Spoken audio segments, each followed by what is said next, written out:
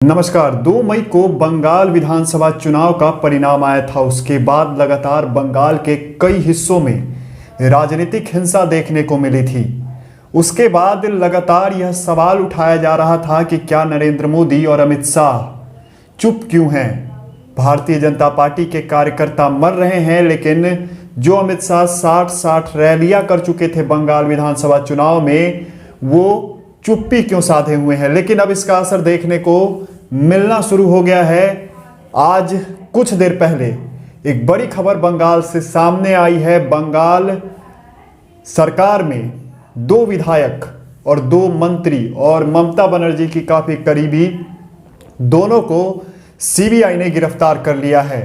ये बड़ी खबर है और इसके साथ ही केंद्र सरकार का जो खेला है अब वो शुरू हो गया है। हम आपको विस्तार से बताएंगे, लेकिन इसके पहले क्यों गिरफ्तार किया गया है और कौन कौन शख्स है जिन्हें गिरफ्तार किया गया है, तो उसका जवाब है कि जिनकी गिरफ्तारी हुई है वो नारदा घोटाला, स्टिंग ऑपरेशन घोटाला, नारदा स्टिंग में जो लोग फंसे थे उनकी गिरफ्तारी हुई है। 2 मंत्री हैं पश्चिम बंगाल सरकार में, फिरहाद हकीम और सुब्रत मुखर्जी। वहीं 2 टीएमसी के विधायक हैं, मदन मित्रा और पूर्व मेयर शोभन चटर्जी।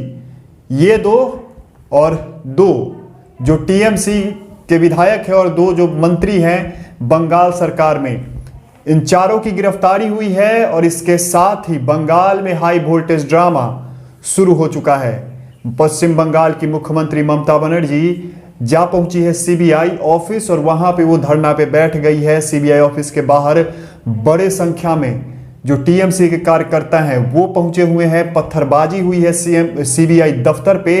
ये सबसे बड़ी बात है, क्योंकि जिस तरह से लगातार, देखिए, मैं नहीं कहता कि कौन सही है कौन गलत है, लेकिन अगर वो चारों गलत हैं तो उन्हें सजा मिलेगी। अगर सही हैं, ये सवाल उठाया जा रहा है कि स्पीकर से क्यों नहीं आदेश लिया गया गिरफ्तारी से पहले, क्योंकि जो भी विधायक हैं, मंत्री हैं, उनकी गिरफ्तारी से पहले जो स्पीकर होते हैं उनकी अनुमति लेनी पड़ती है। अगर ये बात सच है, अगर ये बात सही है, तो हाई कोर्ट में मामला जाएगा, वहां से फिर उन्हें बेल मिल जाएगी, उन्हें छोड़ दिया जाएगा। लेकिन सीबीआई ने भी प्रेस कॉन्फ्रेंस किया। उन्होंने कहा कि हमने 4 लोगों को गिरफ्तार किया है नारदा स्टिंग ऑपरेशन के जो सारा केस है उसमें।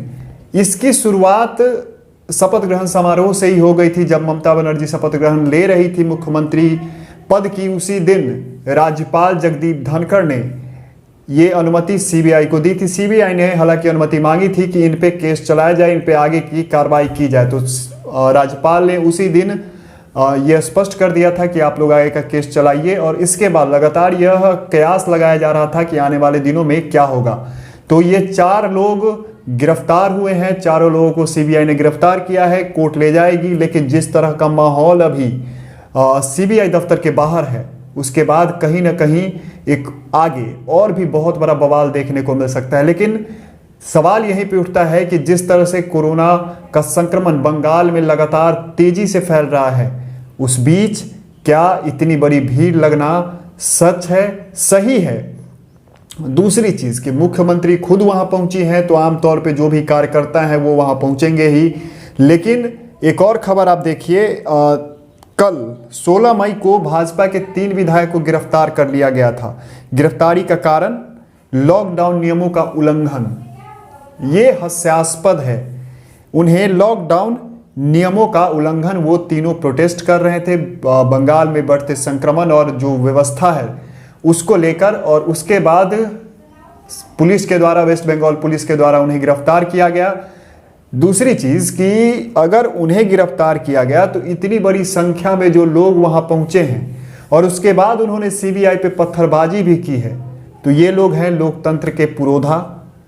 और जिस तरह से लगातार सवाल उठ रहे हैं, अब धीरे धीरे जो कार्रवाई है वो तेज हो रही है। सीबीआई ने आज गिरफ्तार किया है, थोड़ी देर में कोर्ट में उन्हें डालेगी, कोर्ट के सामने खड़ा करेगी और फिर आगे की न्यायिक हिरासत की मांग जो करती है। लेकिन जो सबसे महत्वपूर्ण बात वो ये है कि चुनाव के बाद लगातार हिंसा सामने आता रहा। ममता बनर्जी अपने आप को शायद सर्वे सर्वा समझ चुकी थी, लेकिन इस कार्रवाई के बाद कहीं ना कहीं ममता बनर्जी बौखलाई है, बहुत गुस्से में ममता बनर्जी लग रही है। उसका कारण यह है कि सीधे उनके दो सबसे करीबी दोनों मंत्रियों को सीबीआई ने गिरफ्तार किया है। कई लोग ये अलग अलग सोशल मीडिया पे चर्चा हो रही है कि क्या अमित शाह या नरेंद्र मोदी का इसमें हाथ है। तो सीबीआई गृह मंत्रालय के अंदर आता है और अगर उन्होंने कोई गलत काम किया होगा तभी उन्हें, या फिर उनका उसमें नाम होगा तभी उन्हें गिरफ्तार किया गया है। ऐसे ही किसी को सीबीआई गिरफ्तार नहीं करती है, वो भी मंत्री पद पे बैठे दो व्यक्तियों को।